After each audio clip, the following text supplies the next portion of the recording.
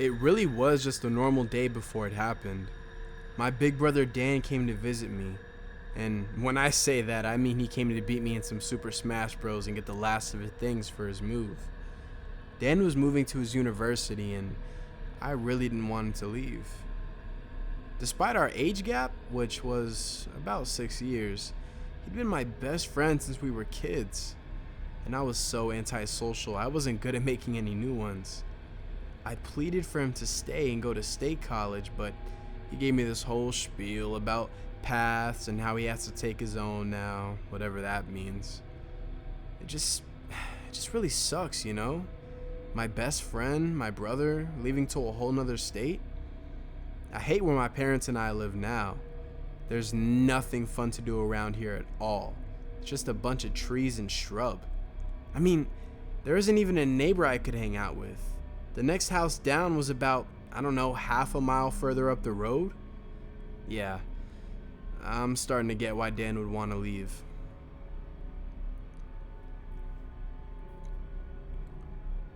As I began flipping through the family picture book, I could feel tears cloud my eyes. I wish I could feel the happiness that I did when we took these. When my dad was still around and mom didn't work doubles. Now it was just me and Dan, I guess just me and mom. But she's never home. She works crazy hours at the hospital. I keep flipping through the book, flooding with memories, when lightning and thunder roar. Everything in the house went out. The lights, the microwave, the TV, all the way down to the home theater music system that we have. And that really blows, because I was just listening to the Beatles. I walked to the back of the house and opened the back door, about to check on the generator, when I hear the doorbell ring. Who could that be? I wondered to myself. As I walked to the door, a quiet knock followed. "Coming," I said. When I got to the door, I looked out the peephole and saw 2 kids standing there, maybe a little younger than me.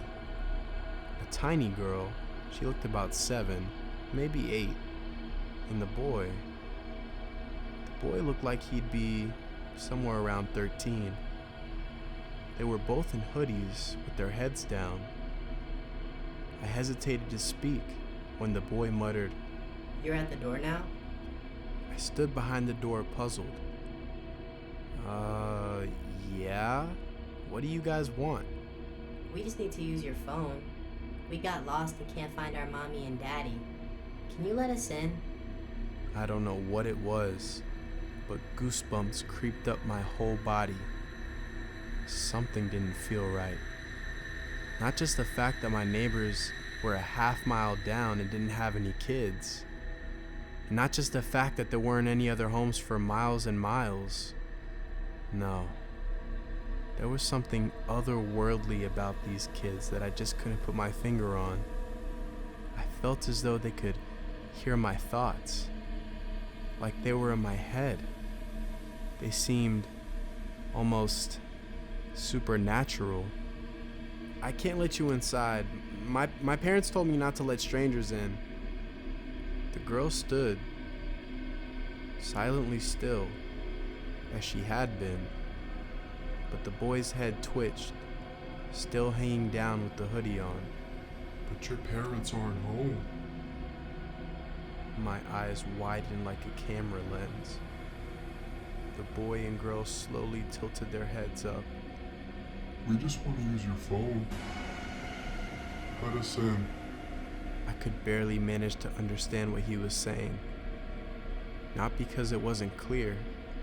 No, it was definitely clear. I was just too fixated on their eyes. Their completely black eyes. "Let us in now." I quickly threw on the chain lock and made sure all the others were already locked. I began backing away from the door when his knocks grew louder. "Let us in." Let us in! Then suddenly, he stopped. I laid back, with my head against the door, hands on my face, sobbing quietly. Make it stop. Please make it stop, I said to myself. And right at that moment, I heard a whisper, like he had his head pressed against the door. Did you still want to listen to music? Right at that moment, the home theater surround system clicked on, and a song began to play throughout my whole house.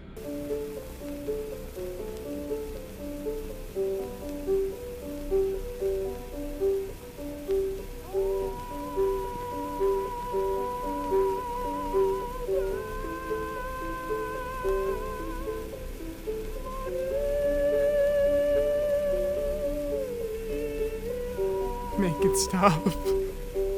Make it stop. Stop! I shouted. Out of nowhere, the music silenced. I got up and spied out the peephole and saw the boy was walking away into the trees.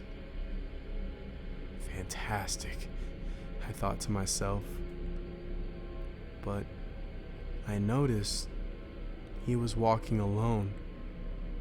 Where was the girl?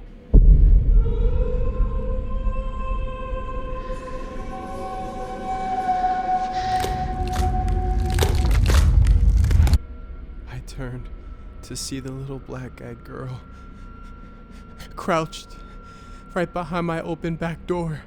Do you want to play hide and seek? You hide, and I'll find you.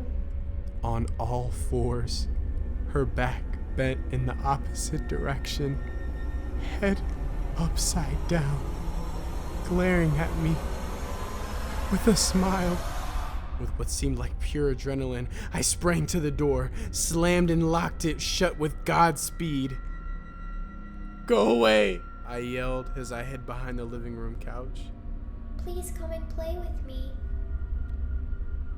I'm coming for you. You're going to die in there. Then, I hear someone retreat into the bushes outside as headlights illuminate my house through the windows. Suddenly, the power came back on all at once, and my mom waltzed through the door. I ran to her and gave her a big old hug, explaining what had just happened. To my amazement, she actually believed me, or at least that's what she said. But nonetheless, we decided it would probably be best if we downsized and moved into the city, seeing as it was just her and I now. I'll never forget the morning we left in the U-Haul truck. We packed up the couch, the last thing to go, and before we drove away, I scanned up and down the trees, and I couldn't see anybody. But I know someone saw me.